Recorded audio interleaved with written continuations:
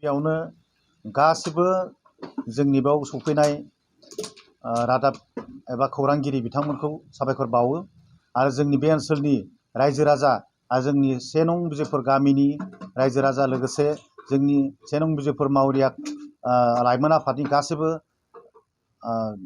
सोद्रोमा बिथांमोनखौ आं गाहाम हामलायनाय हरग्रोबाय।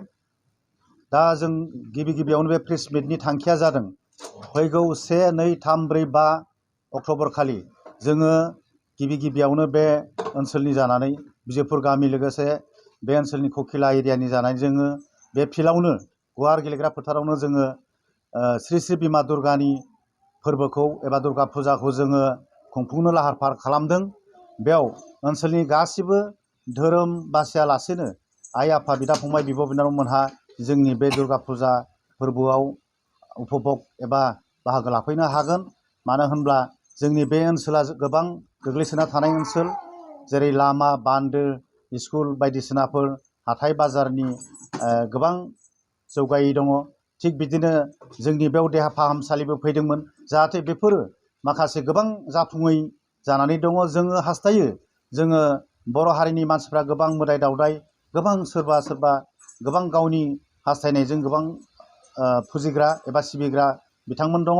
नाथाय जोङो अब्लाबो जोङो फैगौ 1 अक्ट'नि सिगां जोङो बे दुर्गा फुजानि सोमोन्दै श्री श्री बिमा दुर्गानि सोमोन्दै जोङो मोनसे बेसेबांबा गिदिर जोङो नैमित्तिक जयग' आयजन खालामदों, जाहाथे जोंनि बे ओनसोलाव मोनफ्रोमबो हाबाफारिफ्रा गदायै एबा जाफुङालासेनो थाबाय थादों। बेफोर हाबाफारिखौ जों जाफुंजानो लुबैनानै, मानो होनब्ला गुबुन जायगानि जेरै बर' फिसाफ्रा फुजा फाथल खालामनानै जेरै ओनसोलाव गोजोन बारहावा बारहोनो एबा ओनसोलखौ जौगाजानो लुबैयो, जोंबो बे ककिला ओनसोलनि जोंबो बे बिजयपुर गामिनि रायजो राजा बिथांमोनहा गासिबो हाबाफारियावनो जों जौगानो एबा आगान सुरफानो लुबैयो।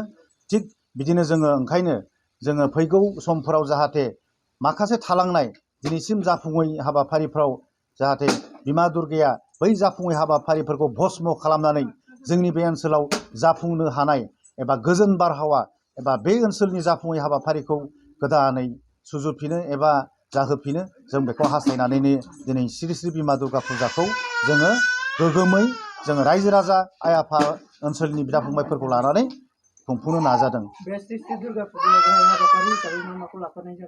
जोङो बे श्री श्री दुर्गा फुजायाव ओनसोलावथ' जोङो मोनसे फुजा होनोब्ला जोङो साहा फानिल' खालामनाय जाया। जोङो बे ओनसोलनि रायजो राजाफ्रा जोङो मोनसे कालसारेल मोनसे अर्गेनाइज एबा कालसारेल मोनसे जोंनि हारिमुवारि आयदाखौबो आइ आफामोनहा लुबैयो। बे लुबैनायखौ जोंनि सिगाङाव बुंथिगासिनो दङ। बेनिखायनो जों 8 बाजिनिफ्राय 12 बाजिसिम जोङो हारिमुवारि आयदा लादों। दा बेफोरनि सिगां आङो मोनसे नियमखौ एबा आयदाखौ बुंलांनो थालांदों। बेनो जाहैबाय जोङो दाखालिसो जोंखौ डिसिआ लेंहरदोंमोन आरो असिआबो लेंहरदोंमोन, सार्कल अफिसार साराबो लेंहरदोंमोन मेजिस्ट्रेटआ। दा जों बेयाव थांनानै मोजाङैनो सावरायलायनाय जाबाय। दा जोङो नटिफिकेसन मोनबोदों। बे नटिफिकेसननि फरमेट मथे जोङो दा डिसि बिथाङा जोंनो सार्कुलारखौ होबाय, लोगोसे असि बिथांनि एनअसि, लोगोसे फायार ब्रिगेडनि एनअसि, लोगोसे जोंनि बे गासिबो रायजो राजाफोरखौ जाहाथे मोजाङै लानानै खुंफुंनो हायो। थिग बेबायदिनो फेसिलिटिखौ जेरै गभर्नमेन्टआ माखासे दाख्लै मेजिस्ट्रेटआ बुंदों जे बेयाव जोंनियाव एभ्रिवेयार जेरैबो जायगायाव जाहाथे अप्रितिकर एबा गाज्रि मोनसे जाथाय सोमजिनो हाया, बेफोरखौ लानानै गभर्नमेन्टआ जोंखौ माने CCTV केमेरानि मोनसे सुबिदा एबा बे हाबाफारिखौ लानो थिनदों। आरो बे ओनसोलाव जाहाथे मोनसे जाब्रबथाय जानो हायैनि थाखाय भलन्टियार मोनसे लिस्ट बिथांमोना लेटेस्ट गाबोन समफोरनि गेजेराव जोंखौ हैनो थिनदों।